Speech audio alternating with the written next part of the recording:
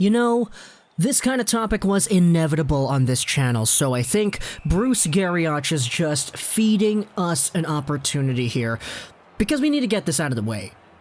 Let's go over onto the Ottawa Sun and check out what Bruce Garrioch wrote in his most recent article. If you don't know who Bruce Garrioch is, he's a columnist, he writes for the Ottawa Sun, he has 62,000 Twitter followers, and he also contributes to TSN's Ottawa Senators broadcast, and he published this article earlier 2 days ago that we're taking a look at here.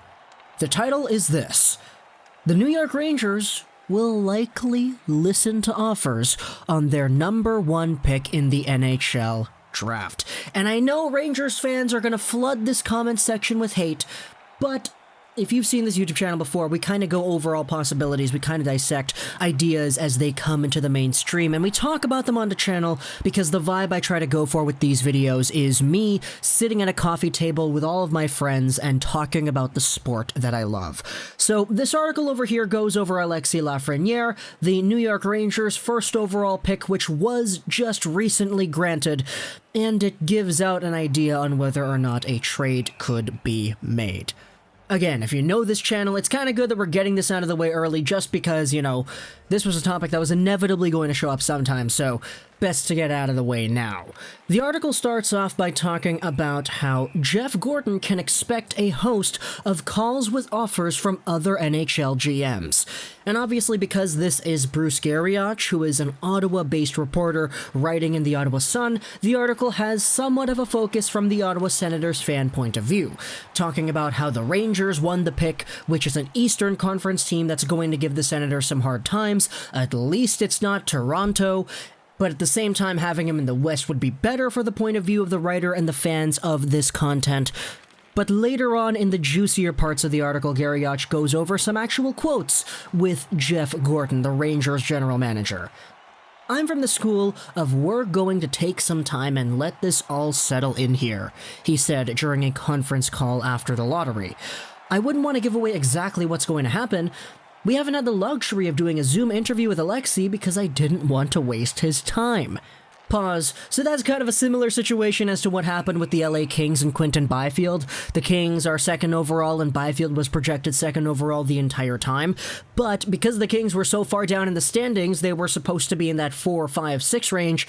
They admitted that they didn't actually interview Byfield because they didn't think he'd be there when they're drafting. So the same thing is kind of going on over here where the Rangers said, you know, I didn't really think that we'd be here, so we didn't want to waste Alexis' time. Although I do find it interesting that they hadn't, though. Still, at the very end of the day, because earlier in the year it was reported that Alexis Lafreniere met with 20 NHL teams. That was significant because we talked about how the Canadiens were not one of them, which was the team that I was pulling for to win the Lafreniere sweepstakes, but we all know what happened when they beat Pittsburgh. But it is kind of weird how even though there was a time that 20 teams met with him, the Rangers, who were in the middle of the pack, kind of in the bottom half throughout the entire year, were not one of them. The next paragraph in this article written by Garrioch himself kind of sums up why exactly Gorton is taking this approach to the draft pick. If you're wondering why he's playing his cards so close to his vest, it's because he has a big decision to make in the coming weeks. Does he keep the pick to take Lafreniere or make a deal that could help the Rangers land the number 2 center they've been seeking so bad? This team needs a second-line center. And if they were in a position to try and trade away that Lafreniere once-in-a-lifetime franchise talent, then they probably could get that second-line center, who probably could even be as good as a first-line center, but because Zibanejad's already there, you play him on the second line, all of a sudden your center core is stacked. And the first big argument that pops into my head when I read that is, you know, I can understand that perspective. I don't know how much value there is in that, because I don't really know how willing a team would be to trade what would be a very good center, a center whose caliber is worthy of even being traded for an Alexis Lafreniere, because you don't really see players like that move all too often. But at the end of the day, the New York Rangers are already a team that have a very, very good core of wingers. Not to mention the second overall draft lottery win the Rangers had last year in Kaapo Kakko on the right side. Not to mention Vitaly Kravtsov, who also plays on the right. On the left, you have Artemi Panarin and Chris Kreider. Both of these players have been very good. Panarin especially. When you're in a position where an Alexis Lafreniere fills a need on your team that's already being filled, then there's a reason why people are going to talk about you trading the pick. Now, in my own philosophy, if you have a Lafreniere shot, you go for it, you take the player, and if you really want to get rid of a winger, you can trade Kreider for a center. You can trade somebody else for a center. If you really want, you can trade a whole package of prospects with some good D-men guys and Kravtsov for a very good center. Obviously, if you traded Alexis Lafreniere instead, you would probably get a better center, but at the same time, again, what even is the likelihood that centers that would be valuable enough to match with a Lafreniere in a trade would even be available to trade for? Let's continue on with this article where Jeff Gorton has a few more quotes. If I just went on this call and told you all the things we're going to do, it probably doesn't help me on the market when I make calls. We have to have more meetings, and I like to play a little closer to the vest than announcing we're going to go get centers or do something else. So I guess, just from the ambiguity of this quote right here, it's fair to say that there is some thought being put towards the getting centers or just taking Lafreniere argument straight up. Even in our live stream on Monday where we spoke about the NHL Draft Lottery and what happened, we talked about the projected lines and we said, hey man, a first line of Panarin, Zibanejad, Buchnevich, and a second line of Lafreniere, Strome, Kakko with Chris Kreider on the third line. That's absolutely nasty. But I had a whole bunch of Rangers fans in my comments saying, Lego, I'm sorry, but Lafreniere's not going to be there on that second line spot. Kreider's going to be there. Well, what are you going to do then? Play Lafreniere on the third line when he could probably play on your second line? Are you giving that much priority to Chris Kreider over Lafreniere when you've just been given the best franchise talent to be taken in an NHL draft since Austin Matthews, and you're going to play Kreider over him just because he's older? I don't know about you, but if I have a guy in my system who has ultimate, crazy high, boatload, Art Ross, #1 player in the league potential, I'm playing this guy wherever he is able to hold himself at, and I'm giving him all the opportunities to prove that he can hold himself at a higher standard. The fact is, if you're just defaulting to saying, okay, well, he's going to play on the third line because Kreider's on the second line and Panarin's on the first line, then, man, I don't know what you're doing underselling Lafreniere's value like that, because in my opinion, he can be a second-line player in the NHL as soon as November or December. But obviously that's just me.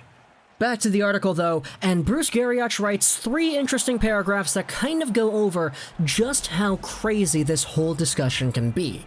He writes one about how we should expect Pierre Dorion from the Senators to have a conversation with the Rangers about picks number 3 and 5. He also writes about the Montreal Canadiens, about how they were the most vocal about the draft lottery format when the return-to-play scenario was being discussed. Given the fact that the Habs had previously only a 1% chance of making the playoffs, owner Jeff Molson and GM Marc Bergevin wanted to ensure they still had a chance to be in the Lafreniere sweepstakes. After eliminating the Penguins, Garrioch writes Bergevin will still be working the phones to call Gordon.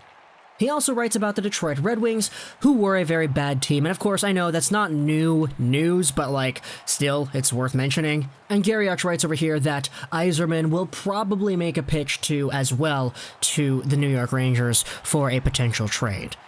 So for any of these teams, Ottawa, Montreal, or Detroit, to ask for a first overall pick from the New York Rangers, it certainly entertains an interesting discussion here.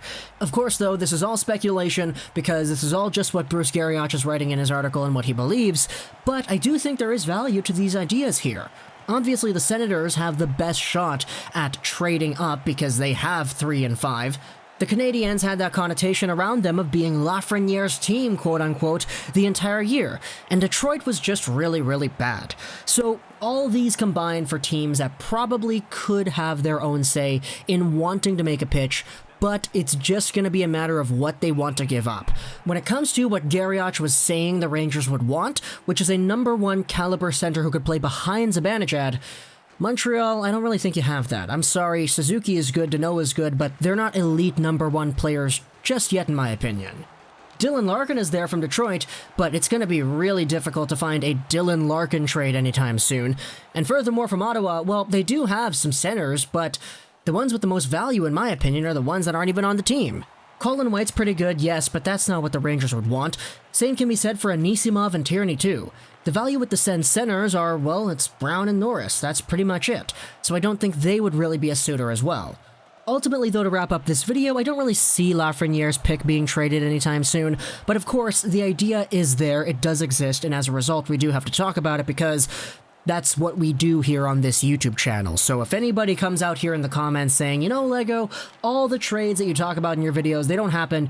Yeah, I'm not saying that they're going to happen. It's just ideas come out in the media that entertain discussion, and these are the types of ideas that we talk about here because I like acknowledging these kinds of ideas, I like talking about them, and many people on this YouTube channel do as well. So if you enjoyed this video talking about the first overall pick and a potential trade, hope you enjoyed this video. Comment down below what you think, what the Rangers should get if they wanted to trade that first overall pick, and if you're a fan of the Habs, the Red Wings, or the Senators, what would you give up for that first overall pick? Tell me all in the comments below. I hope you enjoyed this video.